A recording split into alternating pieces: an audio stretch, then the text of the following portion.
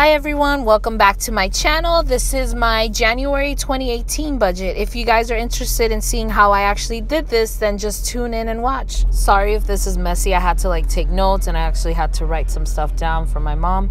But the first thing I do is I check how many times I got paid, and I also check if there's any bills that are going to be due before my February paychecks comes in.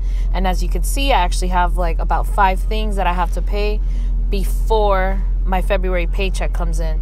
So I know I have to include those things in my budget for my January budget. Hope that makes sense. So that's pretty much what I do. I like to look at a monthly layout first. I write down all the bills on a scratch sheet of paper, and then I transfer it to the back of this because I personally just like making my budget look cute. And in order for me to stick with it, you guys don't have to do this. This is all personal preference, but I am using the Erin Condren monthly deluxe planner. I'll link the details in my description box. I will say I do recommend you guys get a planner, even if it's a cheap planner.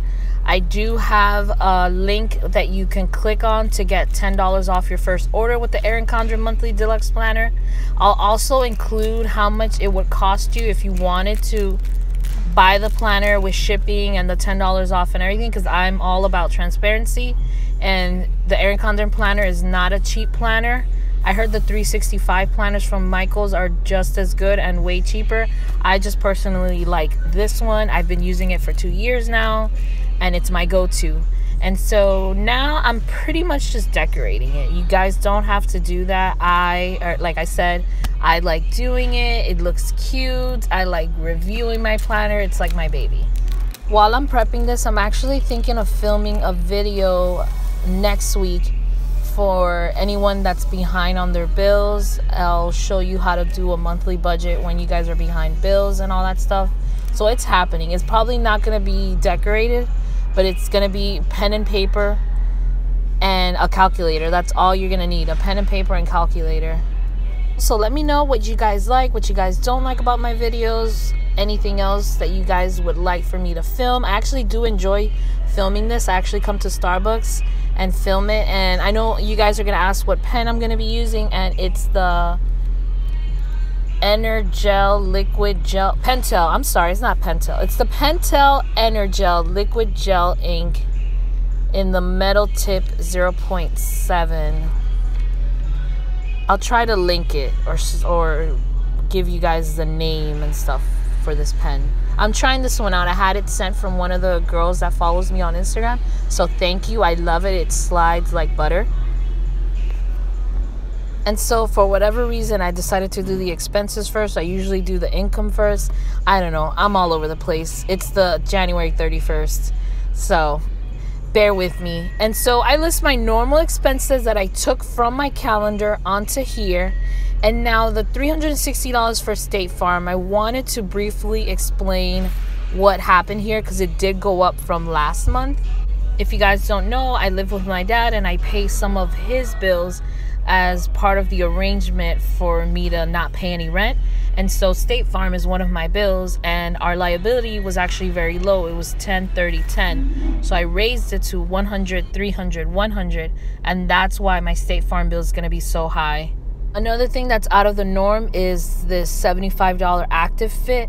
My company actually offers this amazing gym package where I pay $25 a month and I can have access to a lot of gyms. And so part of the enrollment initiation and everything is that it's $75 up front and then $25 a month, but it's with me for life. So I'm going to be saving money there because my 24-hour fitness used to be $42. The only extra stuff that I pay is the $9 for parking with 24-hour fitness because there's no parking where I go work out, so that gives me unlimited parking. And then all these are just normal bills. Actually, the Verizon bill is actually higher than normal because my mom traveled, and so it was a little higher than normal. And then for whatever reason, I added the nails in this category, and that's usually part of the beauty budget, but who cares? You guys get the idea of listing all your bills and all that stuff. And then the $500 for Invisalign. I know it was there last month, but I actually waited until January to pay for it because I really wanted to pay off one main. And that's what I did. I paid off one main last month. And then obviously there's Fight Club, and now it's Discover. This is a new account because I did a balance transfer from my Bank of America card to this Discover card because there was like 0 interest for 14 months, and the balance transfer fee was 3% versus the $900, almost $1,000 that I would have paid in interest with Bank of America. So that's pretty much my monthly expenses. And now we're gonna move on to the cash clips or envelopes. This is a category that I usually tend to go over budget in, or I would forget to budget. And so what I do is I take out that money immediately after every 2 weeks that I get paid, so that I know that I can't count for that money. Because what I was doing is I was forgetting to include these in my budget. And what I would do is I would either, 1, go over budget, or 2, use that extra money to pay for debt, and then I'd be out of money throughout the week. So now I just take the money out every 2 weeks. And so here I noticed that I put nails and beauty, and it's like, no, it shouldn't be that way.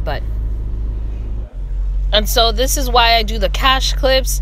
I recommend you guys do it if you tend to go over budget on categories, or you forget to include this in your budget. Or I'm actually thinking of maybe like getting the total amount, and then in my planner just write the total amount that I have to take out every 2 weeks, so that I know the fixed amount that I have to withdraw from my bank account. Still working on it. You know, I've been doing my budget already for over a year, and I'm always changing stuff around, but this is like what works for me. I was gonna put a sticker there, but no, it was kind of ugly. So now I'm gonna include my monthly income. Now my monthly income is gonna be a little lower than usual. I know December was like a really good month because I had like 4 paychecks, but now I'm going back to like normal paychecks, which is just 2 hourly checks and 1 commission. And then the side hustle, it's there. I just don't go as much because of school and all that stuff. And so my hourly paychecks are $1,100 each, and then my commission was about $1,500, but you know, with taxes and everything, it's gonna go down to like $1,000, and so $3,200 is what my monthly total income is. And so right now I'm gonna add the total amount for the cash clips as well as the monthly expenses. My monthly cash clip total is $770, and what you would do is every 2 weeks take out the money, and it should last you the 2 weeks until you get paid again. And so it's not $770 that I'm going to take out immediately. It's just something that I take out every 2 weeks as I use it. And can we just talk about how your budgeting, it doesn't take that long. I want to say your budget should take you maybe like 15-20 minutes to do, and then to actually implement and pay bills and all that stuff, at most maybe an hour a month is what it's going to take you to like really gain control of your finances once you get the hang of it. Before, I'm not going to lie, it used to take me like 2-3 hours for whatever reason because I just was not getting it. But now I'm at a point where I have a game plan. I know what to do. I know what works for me. I know what doesn't. And so I hope this method helps some of you guys learn to plan your finances. And so now the total outgoing is $3,004. So obviously I don't have that much money to put towards debt. I'm only going to have about $196 that I can throw towards debt. And this is not even including the sinking funds. I think the sinking funds total was like $400 a month. So don't feel discouraged if you're not making that much traction. But hey, $196 is $196 that's going towards debt, and I'm not adding any debt to it. So I included there that I'm not putting any money towards the sinking funds this month, which is fine because I could probably recuperate it next month or cash flow it. I'm still figuring out the sinking funds because last year I didn't have that much money left over, so I really needed to budget for the sinking funds. But now I'm at a point where I usually have a lot of money left over, where if I need to not pay any extra money towards debt, I can just put it towards a sinking fund. So if you guys have any ideas or suggestions, let me know. And so now I'm actually, I'm just decorating it, making it look cute. Same old, you guys know the deal. By the way, I really like this setup. Let me know if you like this setup more than the ones I've been using in my previous videos. I'm actually using a bigger desk at Starbucks rather than a small little round marble one. So let me know which one looks better, because I still haven't like really chosen where I'm gonna film this, if either here or on the white marble place, but it's definitely not at home because I have dogs and they make a lot of noise. And that's the final product. That is my January 2018 budget. I hope you guys enjoy it. Make sure to like, comment, and subscribe to my YouTube channel, and follow me on Instagram at The Figure Maker. You guys have a great day. Bye.